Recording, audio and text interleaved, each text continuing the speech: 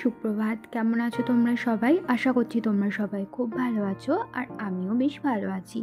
আমার ছোট্ট একটি চ্যানেল শখের পরিবারে তোমাদের সকল বন্ধুকে জানাচ্ছি অনেক অনেক স্বাগত আর অনেক অনেক ভালোবাসা। আজকের বারটি ছিল শুক্রবার, আর ঘড়িতে এখন সময় সকাল 9:45। ঘুম থেকে উঠেছি আজকে 7:30টার সময়। ঘুম থেকে উঠে রোজকার দিনের মতো বাসি কাজকর্ম সেরে স্নান করে নিয়েছি সকাল সকাল। আর স্নানের পর সবার প্রথম যেই কাজটা থাকে সেটাই সেরে নিলাম, মানে একটু মুখে ক্রিম লাগিয়ে সিঁদুর পরা। সিঁদুর পরে বাইরে ভেজা গামছাটা মেলে দিয়ে সোজা জামা কাপড় নিয়ে চলে এসেছি বারান্দায়, কারণ আজকে সকাল থেকেই একটু হালকা হালকা রোদ বেরিয়েছে। তো সেই কারণে এই বিছানার চাদর বালিশের ওয়্যারগুলো আমি ধুয়ে দিয়েছিলাম স্নানের আগে, সেগুলো নিয়েই বারান্দায় চলে এসেছি মেলবার জন্য। এই বিছানার চাদরটা আমি বেশ কিছুদিন আগে বিছানার থেকে তুলে রেখেছিলাম, কিন্তু কি বলতো, এই কদিন তো টানা বৃষ্টি হচ্ছিল, একদমই রোদ বেরাচ্ছিল না বলে এই কদিন আর কাচিনি। আজকে সকালবেলা উঠেই দেখছি একটু হালকা হালকা রোদ বেরিয়েছে, তাই আজকে সাহস করে বিছানার চাদর বালিশের ওয়্যার সমস্তটাই ধুয়ে দিয়েছি। আর এই যে দেখো, জানলাটা খুলে তোমাদেরকে দেখাচ্ছিলাম যে বাইরে রোদ বেরিয়েছে, যদিও সেইভাবে টানা রোদ বেরায়নি, কিন্তু অন্যান্য দিনের থেকে একটু আজকের ওয়েদারটা ভালো ছিল।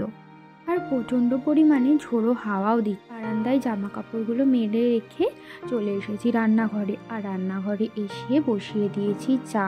কালকে তো চা খেয়েছি দেখেইছিলে, তো আজকেও মনে হলো একটু চা বানিয়ে নিই, তো সেই কারণে একটু চা বানিয়ে নিচ্ছি। আজ কয়েকদিন পর পর বেশ চা খাওয়া হয়ে যাচ্ছে। মাঝে তো চা খেতামই না, চা খাওয়া একদমই বন্ধ করে দিয়েছিলাম। তো চা বিস্কুট নিয়ে বসে পড়েছি খাবার জন্য। আর এর আগে আমার ছেলেকেও খাইয়ে দিয়েছি, ও যেহেতু ঘুম থেকে উঠে গেছিলো, ওকে খাইয়ে দাইয়ে রেখে তারপরেই আমি নিজের জন্য চা বানিয়েছি। বিস্কুট খেতে এসেছে? ঠিক আছে, এ নাও ট্রেন বিস্কুট খাও, নাও নাও। খেয়েছে ওরা।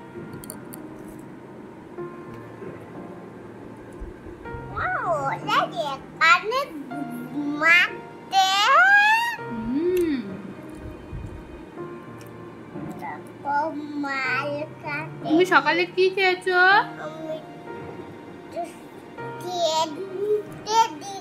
যখন দেখছিলে না যে চা খাচ্ছিলাম, চা খাওয়ার পরে মাঝে কাটিয়ে ফেলেছি বেশ খানিকটা সময়। মাঝে পুজো দিয়ে নিয়েছি, পুজো দেওয়ার পর ছেলেকে স্নান করিয়েছি, ভাত খাইয়েছি, এখন ওকে রেডি করাচ্ছি, তার কারণ ও আজকে স্কুলে যাবে। ওই যে বললাম সকালবেলা আজকে একটু ওয়েদারটা ভালো, তো এই কদিন তো বৃষ্টির জন্য স্কুলে যেতে পারিনি। আর আমাদের এখানে না বৃষ্টি হলে অনেকটা জল জমে যায় রাস্তায়, আর ও যে দিকটায় স্কুলে যায় ওই দিকটা তো আরও বেশি জল জমে যায়। তো সেই কারণে আর কি ওকে আর স্কুলে পাঠাইনি। আজকে যেহেতু বৃষ্টি হচ্ছে না, সকাল থেকে হালকা হালকা রোদ বেরিয়েছে, তাই আজকে ওর দাদু ওকে নিয়ে স্কুলে যাবে, মানে ওর ঠাকুর দাদা। তো সেই কারণে আর কি ওকে স্নান দান করিয়ে খাইয়ে দাইয়ে এই যে এখন রেডি করিয়ে দিচ্ছি, ও এখন যাবে স্কুলে। তো বন্ধুরা, ছেলে এইমাত্র স্কুলে গেল, আর আমি সকাল থেকে এখনো ভাত খাইনি। এখন ওই 11:30 মতো বেজেই গেছে। এখন একটুখানি ভাত খেয়ে নেবো। সকালে তো চা বিস্কুট খেয়েছিলাম, তোমাদেরকে দেখিয়েইছি। এখন ভাত খেয়ে না একটুখানি যেতে হবে আমার ব্যাংকে, তো দরকার আছে, তো সেই কারণেই ব্যাংকে যাব। তো ছেলে স্কুল থেকে আসার আগেই আমার ওই ব্যাংকের কাজটা করে বাড়ি ফিরতে হবে, তার কারণ ওই স্কুল থেকে বাড়ি চলে আসলে আবার একটা অসুবিধা হয়ে যাবে। তো যাই হোক, ভাত টাত খেয়ে তো এখন যাবো। এই যে দেখো, ভাত টাত খেয়ে রেডি হয়ে গেছি, আর রেডি হতে হতে 12টা বেজে গেল। তো চলো দেরি না করে চটপট বেরানোর সাথে আবার বাড়ি এসে কথা হচ্ছে। আজকে ব্যাংকে প্রচণ্ড পরিমাণে ভিড় ছিল অন্যান্য দিনের তুলনায়, তাই সেখানে অনেকটা টাইম আমার চলে গেছে। 12টার সময় তো গেছিলাম, আর বাড়ি আসতে আসতে প্রায় 1টা বেজে গেছে। আমিও বাড়ি এসেছি, তার খানিকক্ষণ পরে ছেলেও বাড়ি চলে এসেছে। আর এই দেখো, সকাল থেকে কয়েকটা এঁটো বাসন ছিল, সেগুলো না আমি আর মেজে রেখে যেতে পারিনি, তার কারণ দেরি হয়ে যাবে, ওই কারণে। আর তো সেই কারণে এখন ব্যাংক থেকে বাড়ি এসে আমি এখন এই এঁটো বাসনগুলো এক এক করে মেজে নিয়েছি, মাজবার পরে ধুয়ে নিচ্ছি।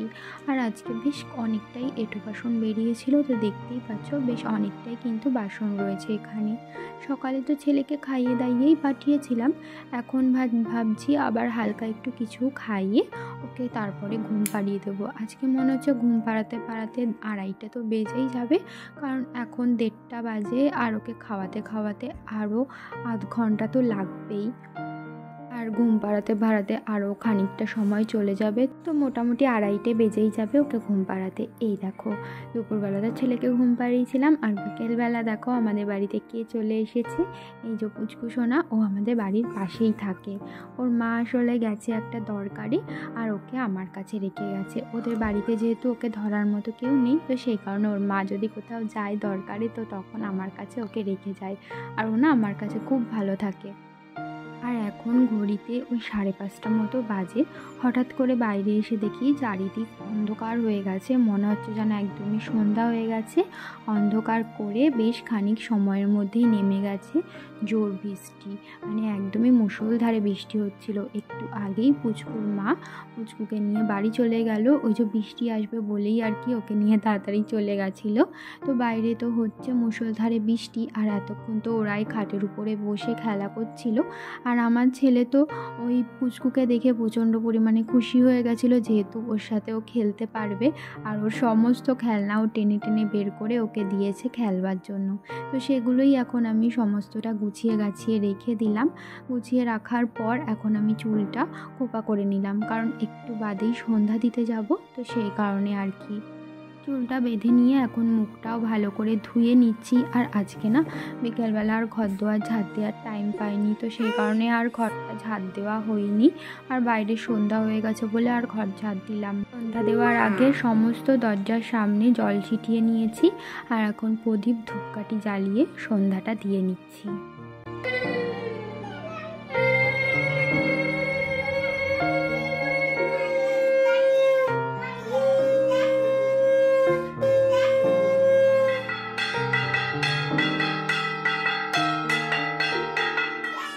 সন্ধ্যা দিয়ে আমি চলে এসেছি রান্নাঘরে। আর ছেলে সুজিটা না ফুরিয়ে গেছিলো, তাই ওই যে আজকে দরকারে গেছিলাম তখন বাড়ি আসার পথে ছেলে সুজিটাও নিয়ে এসেছি, আরও কয়েকটা দরকারি জিনিস নিয়ে এসেছি যেটা সংসারে দরকার আর কি, ওগুলোই।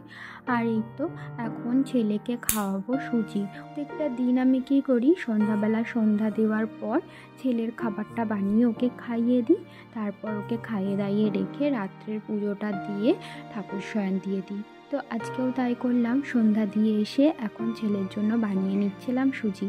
কোনো দিন সন্ধ্যাবেলা সুজি দিই, আর কোনো দিন কর্নফ্লেক্স দিই, মানে অল্টারনেট করে দিই।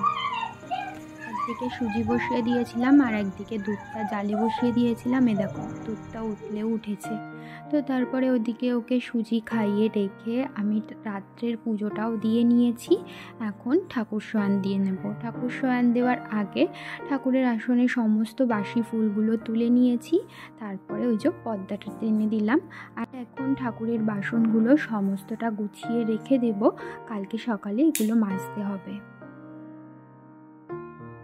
আজকে না আমি দুপুরে ভাত খাইনি, না জানি কেন ভালো লাগছিল না। সকালবেলা ভাত খেয়েছিলাম, তো এখন সন্ধ্যার দিকটা হালকা হালকা খিদে পেয়েছে, তাই ভাবলাম ওই দুপুরের একটু তরকারি ছিল সেটা দিয়েই মুড়ি মাখিয়ে খাই।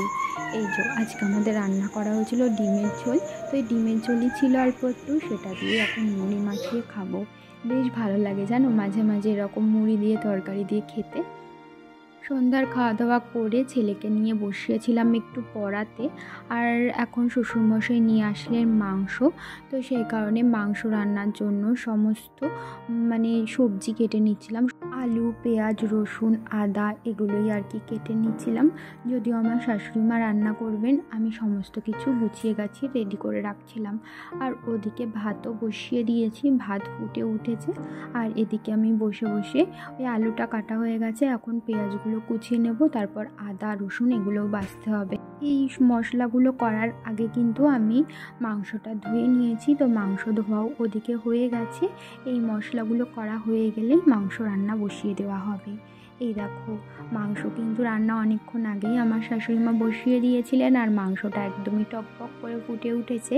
আর আজকে অনেক দিন পরে আমাদের বাড়িতে মাংস রান্না হলো, তো বেশ ভালো লাগছিলো। আর মাংসটা খেতেও বেশ সুন্দর হয়েছিল। আর মাংসের মধ্যে দেখো গোটা রসুনও দিয়েছে, আর মাংসের ওই গোটা রসুন খেতে না আমার খুব ভালো লাগে। আর আমার শ্বশুরমশাইও খান, সেই কারণে আর কি মাংসেতে গোটা রসুন দেওয়া হয় আমাদের বাড়িতে। এই দেখো মাংসের কালারটাও কিন্তু বেশ ভালো হয়েছে। আর ঝোল শোকানো হবে না, এবার গ্যাসটা লিভিয়ে দেব। আজকে রাত্রে আমাদের কি রান্না হয়েছিল সেটা তো তোমরা বুঝতেই পারছো। হয়েছিল ভাত আর মাংস, একদমই সিম্পল খাবার। আর এই দেখো গরম গরম মাংস কিন্তু একদমই রেডি, আর মনে হচ্ছে পুরো কষানো মাংস, ঝোলটা একদমই শুকিয়ে গেছে নামানোর পর। বন্ধুরা ঘড়িতে এখন বেজে গেছে 11:15, আর এই সবেমাত্র ওপর থেকে খাওয়া দাওয়া করে নিচে আসলাম। আর এখন শোবো, তো শোয়ার আগে ভাবলাম যে ভিডিওটা এখানেই শেষ করে দিই। তাহলে চলো বন্ধুরা, আজকের মতো ভিডিওটা এই পর্যন্তই রাখছি। তোমাদের সাথে আবারও দেখা হবে নতুন একটি ভিডিওর সাথে। ততক্ষণের জন্য তোমরা ভালো থেকো, সুস্থ থেকো, সাবধানে থেকো, আর আমার এই ছোট্ট চ্যানেলটির পাশে থেকো। তাহলে আজকের মতো এখানেই টাটা, শুভরাত্রি।